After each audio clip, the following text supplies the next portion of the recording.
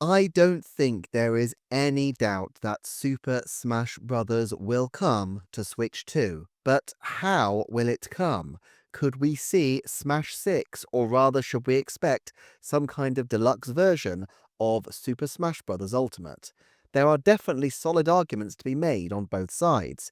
In the comments section on a recent video, Neoxon619 made some excellent and perceptive comments about why a deluxe port might not be as likely as many have been assuming. The comment was as follows: I genuinely do not think they'll do a deluxe version of Ultimate for a few reasons.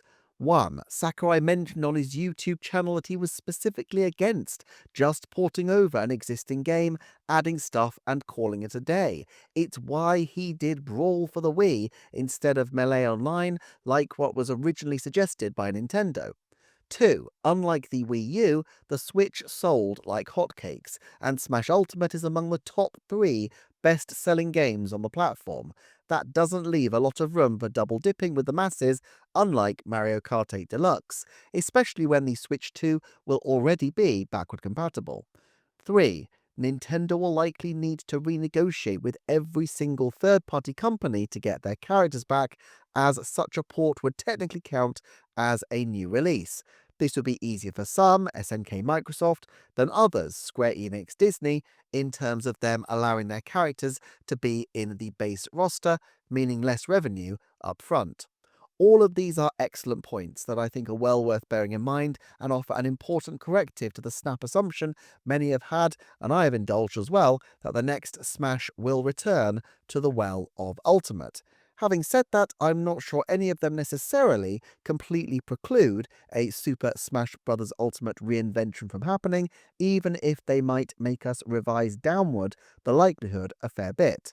On the contractual issue, first of all, I think it's quite plausible that Nintendo could have negotiated some kind of clause during the original game's negotiation phase, whereby future versions and re-releases of the game, including complete editions and deluxe rebrands, could continue to use these characters as long as they didn't involve any changes to the moveset or gameplay for the cast in question.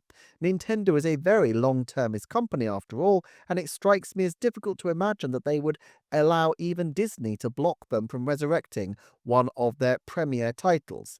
If anything, this contractual issue makes it even more likely that we would see Ultimate reprised, because it would be, notionally at least, the same game, whereas starting from scratch could be far more laborious. All that said, while contractual issues are tricky, and Disney in particular has a reputation for being finicky with such things, it's not like Super Smash Bros. Ultimate flopped. There is huge money to be made from a re-release. This could, of course, create its own risks, like contributing companies wanting a larger slice of the pie. Then again, since Sora was added last of all, the marginal increase in Super Smash Bros. Ultimate sales after Sora's announcement compared to before probably protects Nintendo from too much price gouging from Disney, and the other companies generally have quite a positive rapport with Nintendo, which they would not want to jeopardize.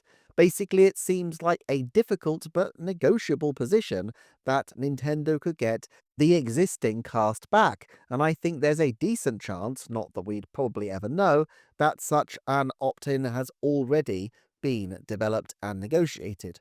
As for the install base, well, it very much depends. Super Smash Bros. Ultimate is one of those titles that continues to sell at a trickle come what may, and so even if they release the exact same game with Switch 2 branding, by the time the Switch 2 is headed for the glue factory, Super Smash Bros. Ultimate is likely to have sold multiple millions as it stands. Also, not everybody went for the DLC from the first game, and those who did tend to be the hardcore fans who would buy a new version in any event to ensure they can continue to play with the newest features and modes. With the two Fighters passes together coming to around $50, if a new version of the game included all of this plus some extras, effectively a third Fighters Pass, then in value terms, nobody who only had the base game could really say that the new version was a particularly bad deal compared to the price of the existing extensions. Of course, many people wouldn't double dip. I wouldn't expect a Switch 2 Ultimate to be in the top 5 or even the top 10 of Switch 2 titles as the original was, but that's not to rule out entirely a few people doing so.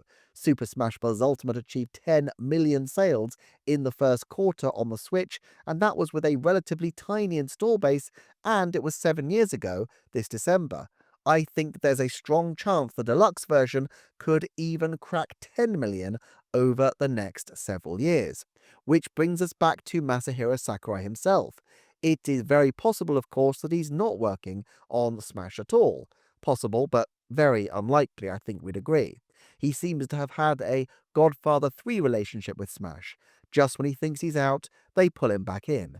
But naming the most recent game with Ultimate, which literally means last, does suggest to me that he really does want to move on to other things, and at a certain point this means letting go of control of the franchise. It seems to me that the next few years, therefore, are going to be about transition, about bringing on the next generation of people who could take the franchise forward, and Nintendo's approach to this historically has always been that new developers should start by orienting themselves as they remake a classic title. Metroid Samus Returns, the 2019 Famicom Detective Club game, Zelda Link's Awakening. There are many examples of people starting with a remake first before moving on to original projects. Even the Zelda team used their work on Wind Waker HD to help them develop their ideas for Zelda Breath of the Wild. If Masahiro Sakurai really feels like he wishes to return to Smash, is he really going to want to make a game that is smaller in scope than Ultimate, that could be seen like a downgrade potentially? I just don't really see it. So either he sacrifices many, many more years of his health on a Smash 6, which is absolutely huge, plausible, or he pivots to something different, if potentially Smash adjacent.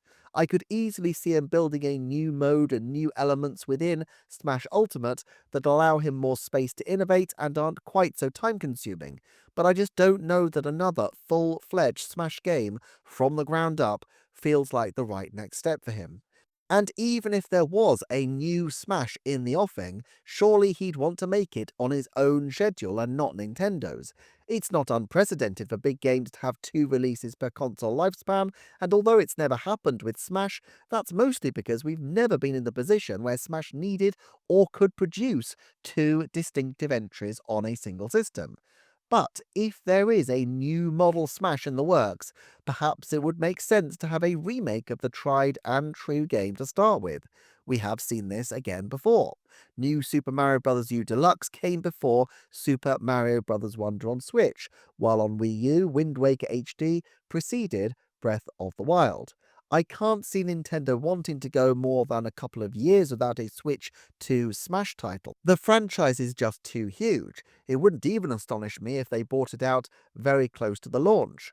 My hunch is that anything that would be in a new Smash would probably be better cannibalized into Ultimate as extra content, and I think that's where they would go. But if we were looking at a ground up reconfiguration, it might make sense for such a game to be scheduled for perhaps 2029 or 2030, around a potential mid-gen refresh.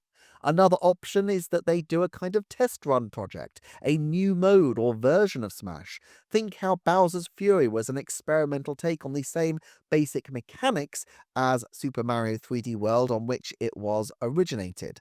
I've talked about Plus games before, but I wouldn't rule out a Super Smash Bros. Ultimate Plus Master's Hand Fury game, as I think this would be a great way to give a test run of something new and different without tying Sakurai into the better part of a decade of game development.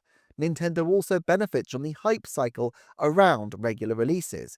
It is perhaps less likely to be such concern on the Switch 2 as it was on the original Switch, which had long droughts of original games in 2018 and early 2019, but the regular pulse of Smash announcements obscured a multitude of sins in Nintendo's scheduling because each moment represented a huge event. It's also a real shop window game. Now, there is a caveat. Mario Kart will surely be due DLC, and that DLC will be highly likely to feature non-Mario characters as well.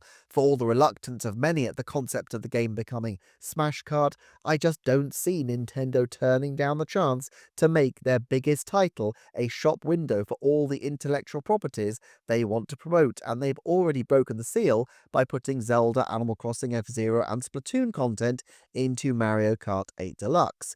They may want Mario Kart to be the event game to sell season passes off the back of it.